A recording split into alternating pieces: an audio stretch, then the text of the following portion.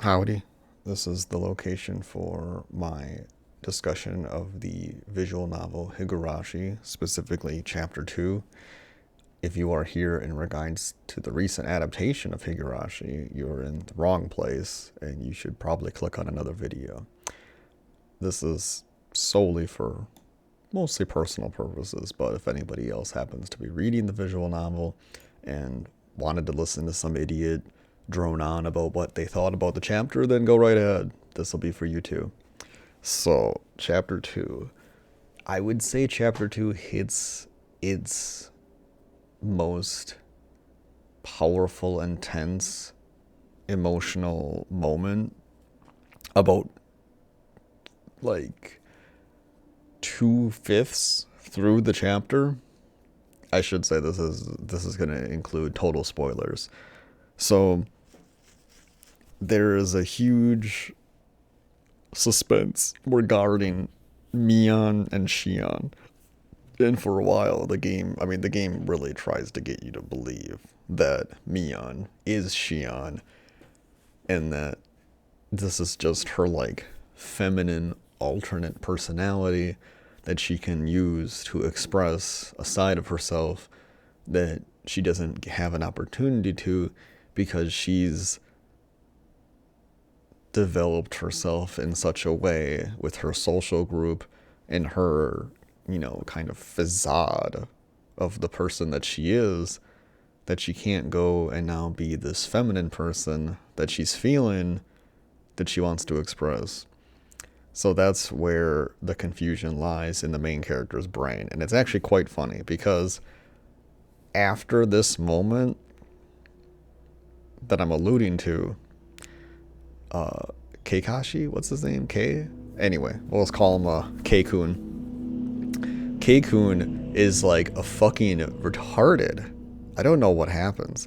But before this, he seems like he's relatively, like, on the know. He's like, oh, she's calling me. Oh, but she's Shion when she brought me that over, when she brought me the sushi. Blah, but now she's Meon. Blah, blah, blah. Like, he seems to not be a total dullard.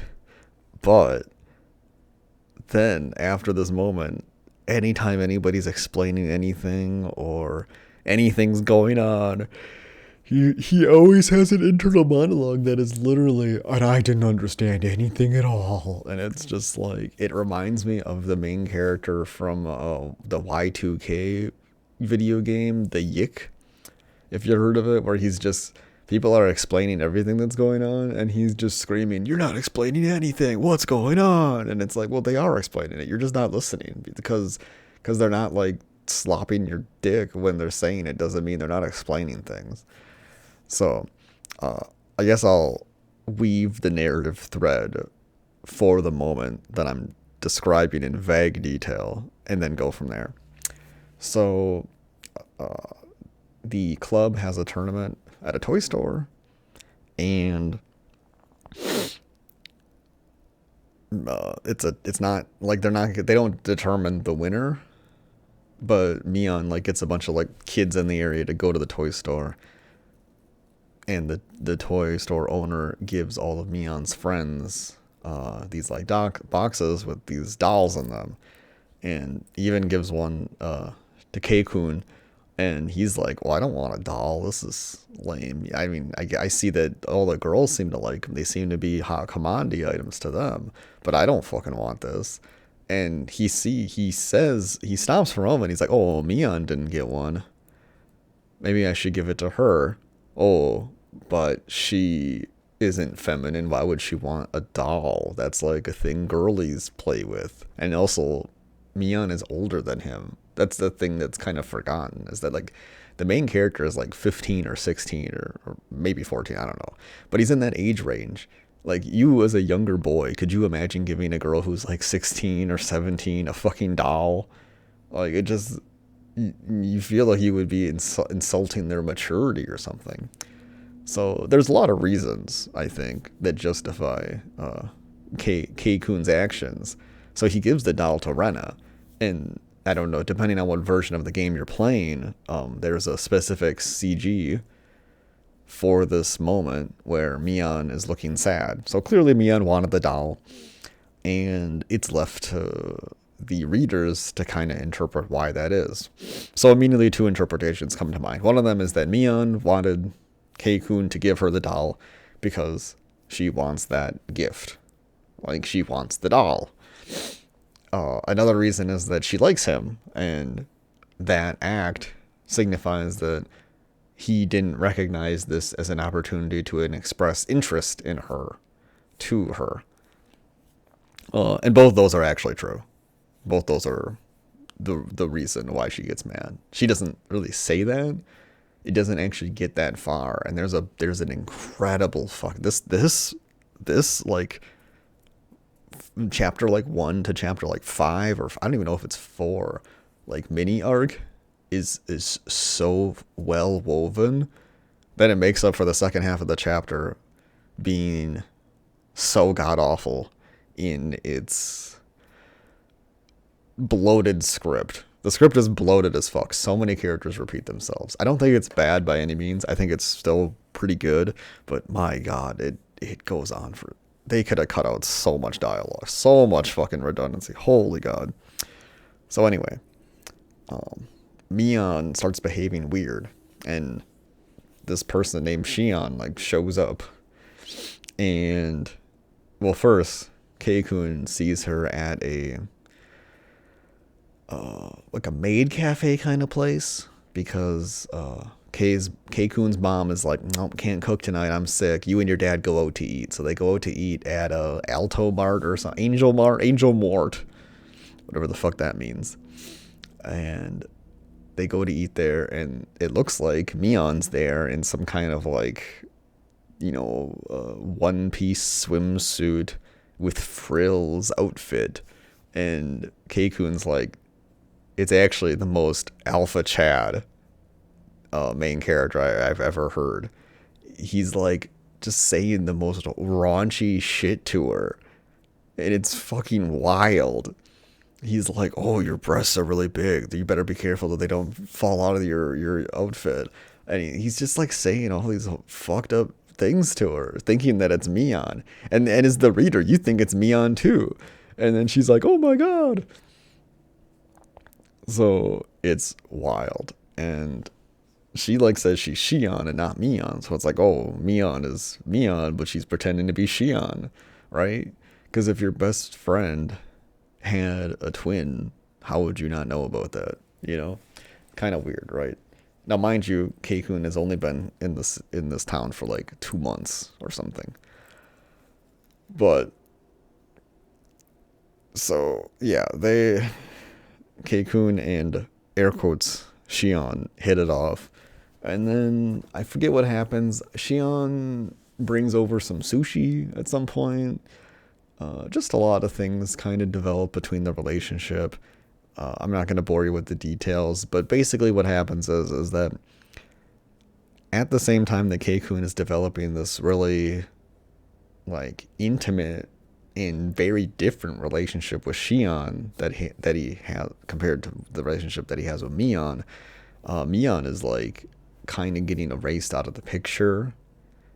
And Rena is like, oh, Meon's really sad, she's broken, but I got her, but I fixed her again, and you know, blah blah blah blah, and you should like be more sensitive to like, you know, her, and blah, and she just talks really vague.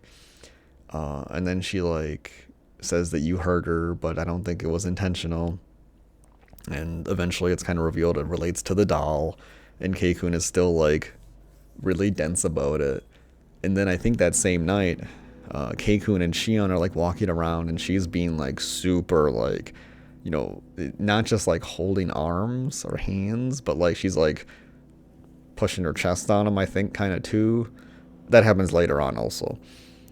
But they're out in the night, and then he has like a flashback where, then this is the part where the game's a little confusing. So Kei-kun has a flashback to remembering Rena saying those things about the doll and Meon being hurt and blah blah blah blah blah, and Kei-kun's like, oh, like I need to buy the doll for her.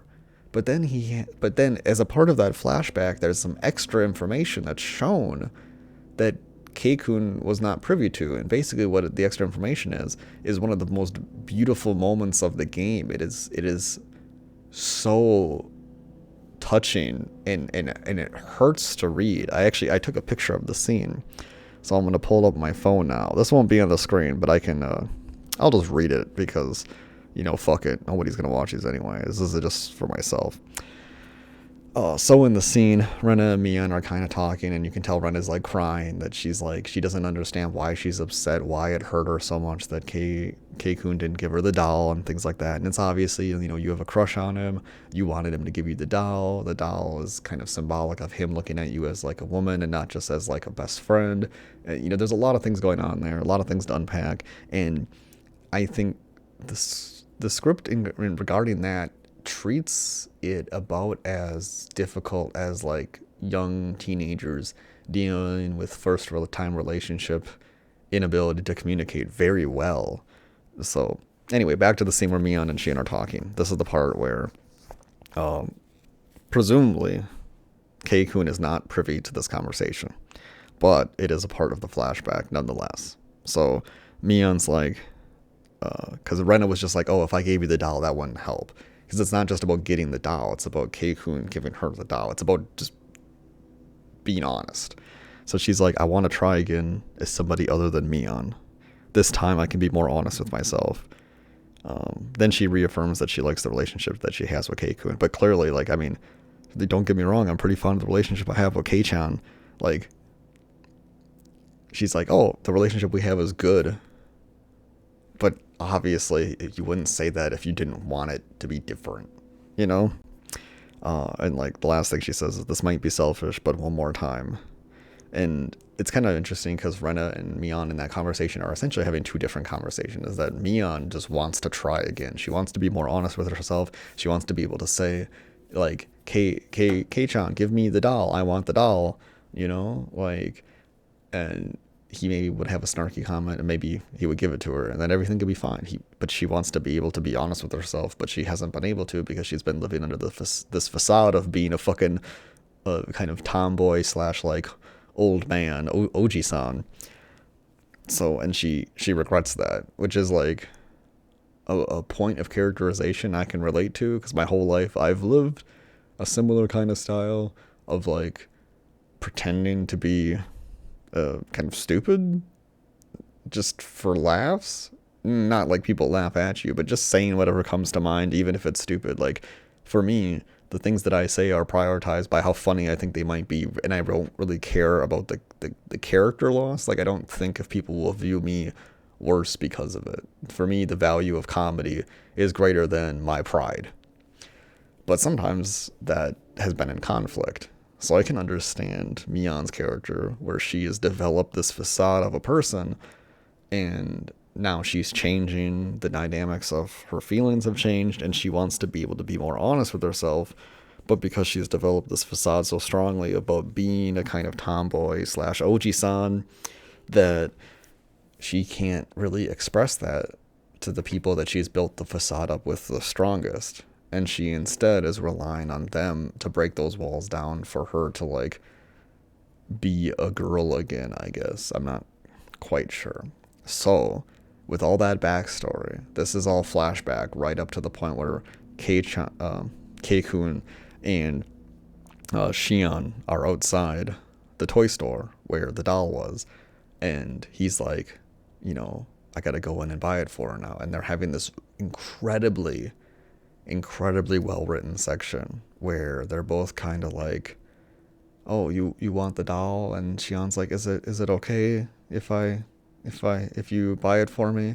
And like, they're both like so sensitive and vulnerable and kind of talking around what's happening, that like I bought in. I thought Shion actually was Meon at this point. I really bought into it. I was like, oh fuck, like this, either Shion's a psychopath or Shion is actually Meon. It was too much. And then you get into the store, and the music that's playing right until you get into the store is a great track. And then you get into the store, and the person behind the counter is Meon. and then Shion starts acting like a kind of like haughty, like I'm stealing your man kind of person.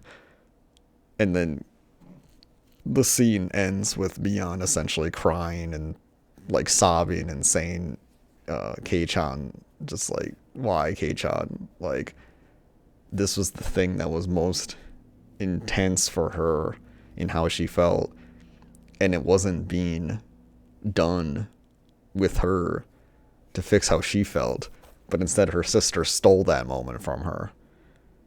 So as you can imagine, we've set the stage for what the chapter violence will be about, is that it's going to be Meon's vengeance against her sister and anybody else in her way, essentially, with the end target being Kei-chan. And that's exactly what happens, unfortunately. So at this point, this is the highlight of the game. So the game kind of like resets the drama after this point, and it goes down to zero essentially and starts rebuilding back up. So you have the festival, the Takano and photographer man and creepy nurse lady who talks like like a very wispy kind of voice. You have those two characters who are a bit older, and then you have Shion and Kei-kun, and they all sneak into the sacred tool facility building, and you see some torture devices. And this section, the first half of the section takes fucking forever. Kei-kun's like, oh, I just see a bunch of tools, I don't get it. And it's like, no, these are torture devices, you dumbass. Like, use your eyes. So it's a pretty good scene. Takano lady, who's the nurse, seems like she is going to go crazy right there. She's fucking wild. But then you find out, not through the story, but through the extras, which is, the extras are like little segments from the story that they really couldn't fit into the narrative, so they kind of put them off to the side and you can read them. And one of them are these scrapbook notes, and the scrapbook notes are actually what Takano's journal was, and you can kind of see the depth of her like obsession and insanity with like discovering the Hinamizawa, like what was going on with the demon history, and like, have they really been killing people? Like, she's just like obsessed with figuring this out. But same thing from chapter 1. Takano lady, photographer man, they both end up dead that same night. And then this time, it seems to put the threat on Shion and Kei-kun that like, dude, we were in there too. Those two got killed. We're gonna get demoned away. So Shion's like calling them every night, and they're like, oh, what do we do? I'm getting real scared. Meon's acting a little bit weird. Meon doesn't go as crazy as Rena does. I mean, there's one point where Meon is a little crazy. She's like shaking some ladder. They're like looking for Rika and Satoko, and Meon's like holding the ladder for Kei-kun, and Rena like goes running off, and it's like, oh shit, like fucking, it's just Meon and Kei-kun, and Meon's been like fucking crazy, and now she's like shaking the ladder like she's crazy. But luckily she doesn't like hurt Kei-kun there.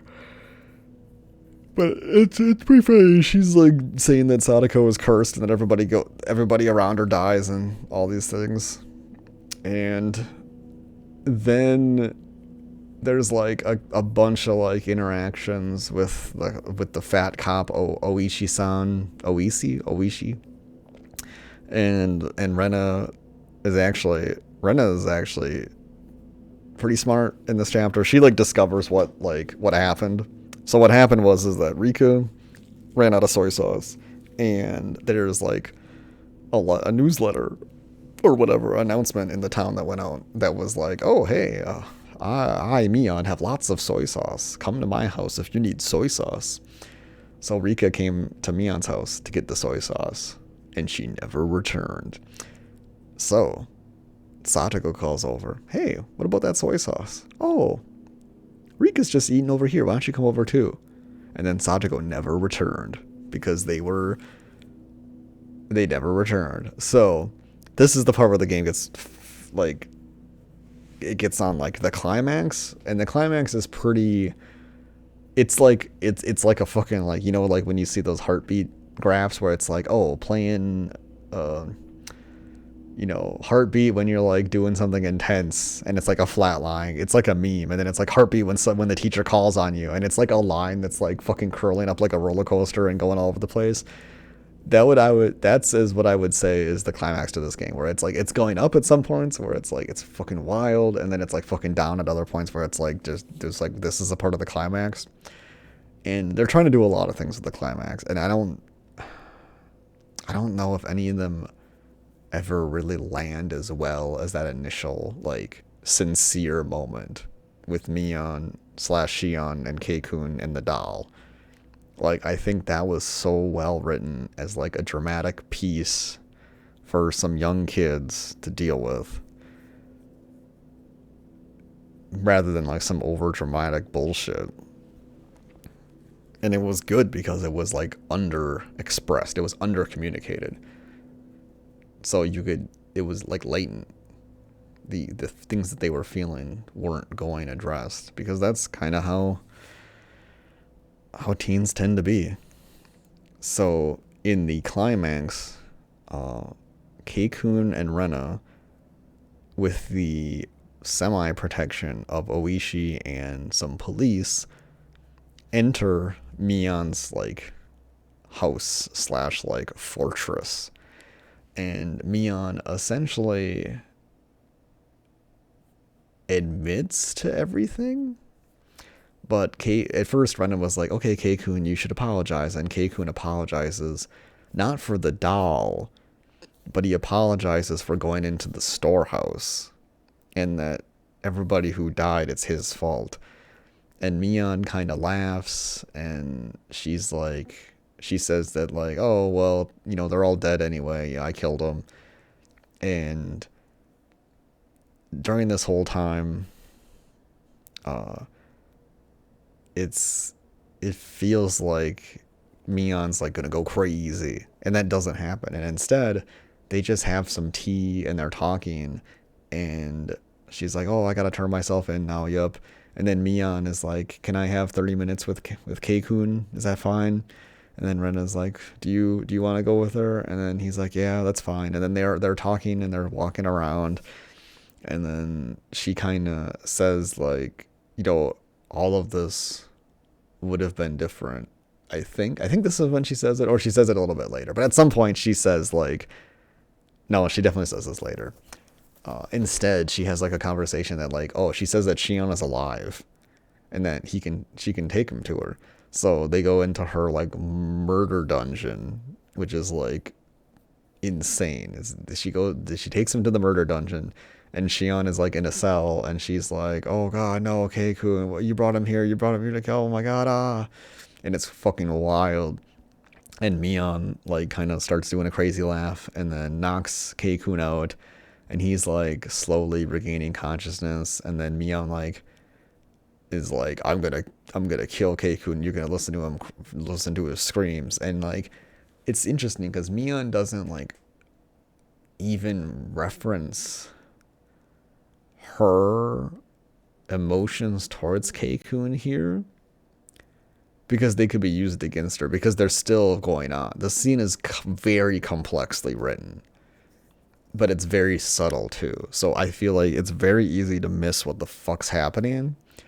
But Meon is saying like, you're gonna listen to Keikun's screams, and then I'm gonna kill you last, because I want you to suffer the most. But the reason that Meon wants Shion to suffer the most is because Shion stole Keikun from her. But she's not going to say that, like, you stole my man, blah, blah, blah, because then that's emotionally revealing, and makes her vulnerable to what she's doing as being something that maybe she shouldn't do. And the reason I say that is because the next scene proves exactly what I'm saying, in that Meon puts Keikun up on, like, a fucking, like a binding table. Like, his arms are like bound and he can't like move them or anything, and his fingers are even like held in place. And what she says she's going to do is that she's going to drive 15 nails into his left hand, and then she's going to drive 15 nails into his right hand. But most people lose consciousness after just the left hand. And K-kun at this point, he had like a pretty kind of heartfelt conversation, but basically at this point she's like the demon now. She's not Meon anymore. And K-kun is like, well, can I have two last like kind of wishes? It's like one of them it's like let Shion go, and the other one is like turn yourself in or something. I kind of forget. And then she's like, oh, sorry, I can't do that. Or I think she says maybe. Oh no, I think she says like, yeah, maybe we can do that. And then he's like, oh, you might actually do that. And then he's like, oh, can I have one third request? Can you like let me live? And then she's like, hey, you can't make more like now. And it's like she's about to go put the nail in and like drive it through his fingers. And then she's like, I'll honor your third request. And she lets him live. And she's like, I can't guarantee that I'll do the other two though, because like the demon wants to take over and the demon's like gonna kill him. Now, is she really possessed by a demon? I don't fucking know. I mean, the ending of the game in the last moments imply that there definitely is a demon. So Meon like lets him go. And I kind of forget what happens here. The cops are also like busting in too. So Meon like runs away and K-kun gets saved and he's in his house, and the Sonozaki family, which is Meon's family, basically bribes K-kun's family with like 1,000,000 yen to be like, hey, don't talk about this and whatever. And then that's when K-kun's family is like, we gotta get the fuck out of here. So they're gonna move by the end of the month. And he has one conversation with Rena, like, oh, I'm gonna move. And it's kind of like, it's exactly the kind of conversation you would expect between two friends who had one of their friends murder the two other friends. And so yeah, it's pretty crazy. And then this is when one of the best moments happens. Or it's not now. It's actually a little bit before. It was during the torture scene. K-kun realizes that he never apologized for the doll. And instead, he's just on the table and he's like, oh fuck, I came and I apologized about going into the storehouse, but I never apologized about the doll. And I don't even think he really broaches that subject during the torture thing. But when he realizes that, I think that's when he asks to be spared and for her not to kill him. Because the implication there is that he wants to be able to live to apologize to her. And then it's exactly what happens. So he's at home and he's like, I wish I could see her again. He even has a doll. He went and bought the doll if he ever sees her again to give it to her. And then he hears these pebbles on his window. It's like 2 a.m. and she's outside. So he grabs the doll and he rushes outside, despite knowing that Meon has like murdered two little girls horribly and in a torture style. But he wants to apologize. It's very anime-esque. But it's so fucking crazy. And I think there's a degree of like buying into like the mythology and the demoning and shit like that. So I think in K-kun's mind there's a difference between Meon and then demon Meon or whatever the fuck. And he goes out there and he doesn't even Meon has like 2 lines basically that sound like they're from Meon, and then it's like full demon. So obviously we know K-kun's in trouble. And back in the torture room, Meon said, if you ever see me again, run, because I will not be Meon. I will be a corpse and the demon will be possessing me. And how the game does like the demon overtaking Meon's control is like pretty well done, because it's not offensively stupid. It's very subtle. So I thought that was like really good, because like usually it's like, oh, I'm trying to control it, but the demon's taking over. I'm not strong enough. K-kun, oh, wah. Like that's what you would expect to read. but instead it's very subtle and it's very easy to miss. So the climax of this game is there's a lot of shit going on. It's incredibly subtle and it's really easy to miss. You can just like breeze through it and kind of just see it as a surface level, like fucked up shit's happening. Mion's mad. I kind of get it, but like I'm not really getting it because it doesn't explicitly tell you exactly why everything's happening. It just leaves it implied. And so Keikun goes out there to apologize to Meon, and I don't even know if he gets to the point of apologizing. I think he does, but as he's doing it, she like cuts him in the stomach with like a meat cleaver and then runs away. And then he gets saved.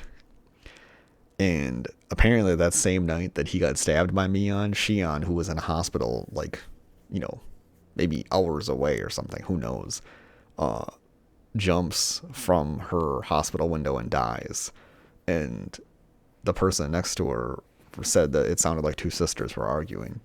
So supposedly, Meon was in two places at once and attempted to kill Shion and Keikun. That's what Oishi comes to tell Keikun, and he doesn't really believe him. Then when Oishi leaves, this is the part that's, I don't know if it's in Keikun's head or if it's actually what happened. This part is fucking too wild to believe. So Keikun's in the hospital. He's recovering from a stomach wound that Meon gave him. And after Oishi leaves, Meon's corpse hand appears. The last twist I forgot. Meon died that night with Keikun being tortured. So Meon came back to Keikun and threw the pebbles out the window 2 days after he was rescued from the torture room. But Meon died that same night that she was trying to escape. She like fell down into this big pit and they found her corpse. So that's what Oishi doesn't believe, is that Meon died, but she tried to kill both of you two. So Meon like shows up under the bed and then like behind the bed, and Keikun doesn't even give a fuck.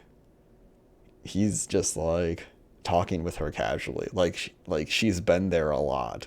Like this is a thing that he's experienced and he's like fully comfortable with. And then she performs the torture on his finger, and he accepts that torture as absolution for the deaths that he feels responsible for because he set things in motion. And the demon tells him, like, I don't know if it's at this point or earlier, is like, if you just gave her the doll, I have a feeling none of this would have happened. But not giving her the doll weakened her emotionally and made her vulnerable and wanted her to like recoup that strength in her life.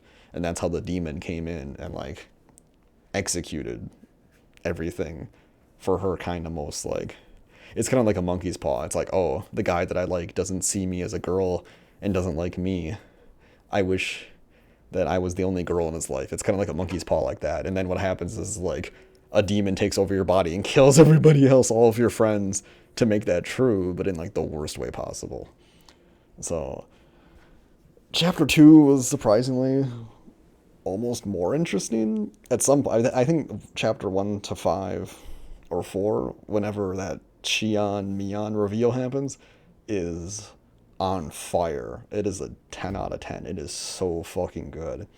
The second half of this chapter, Watanagashi, is okay. It has a lot of world building stuff, but its story is kind of all over the place.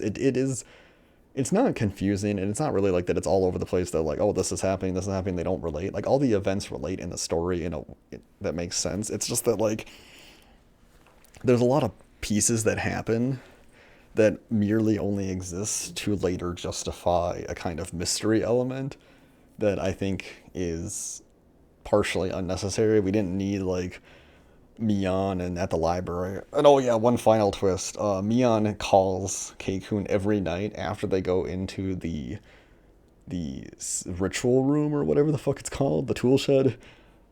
But Shion actually died that night. So the person who's been calling him it either was Shion in the cell, and Meon was letting her do that, or it was Meon calling and pretending to be Shion. It's hard to tell actually, and you don't know. You're left unknowing. So it's wild. But I don't know. I would say this chapter was pretty good. It wasn't scary. I wasn't ever really scared of this chapter. Like chapter one, I thought was legitimately fucking horrifying. This chapter wasn't that scary, but it had really good emotional tension and had some of the best teen drama I've ever read. Um, and I've seen a lot of garbage like teen shows and things like that. So I thought this was a banger. I have like no fucking predictions at this point. Although this chapter set basically revealed that even before Keikun moves to Hinamizawa, even before he moves there, Mion has already killed 3 people, supposedly. So Mion's hands are already bloodied. Like the only person so far that seems to be normal is like Rena and Keikun. Because Satoko and Rika clearly have some fucked up shit going on that needs to be revealed, and I think that's going to be in the next 2 chapters. So, I don't know. I have like no predictions at this point. I have no fucking idea. Obviously, the nurse lady is like crazy, but she's like crazy in that she wants to investigate things. Rika was really strange this chapter. So, I would like to have a chapter about her, but I think the next one's about Satoko instead. And Satoko to me is pretty boring, so I'm have low expectations for the next chapter. But those are my thoughts. Holy fuck, this went on forever.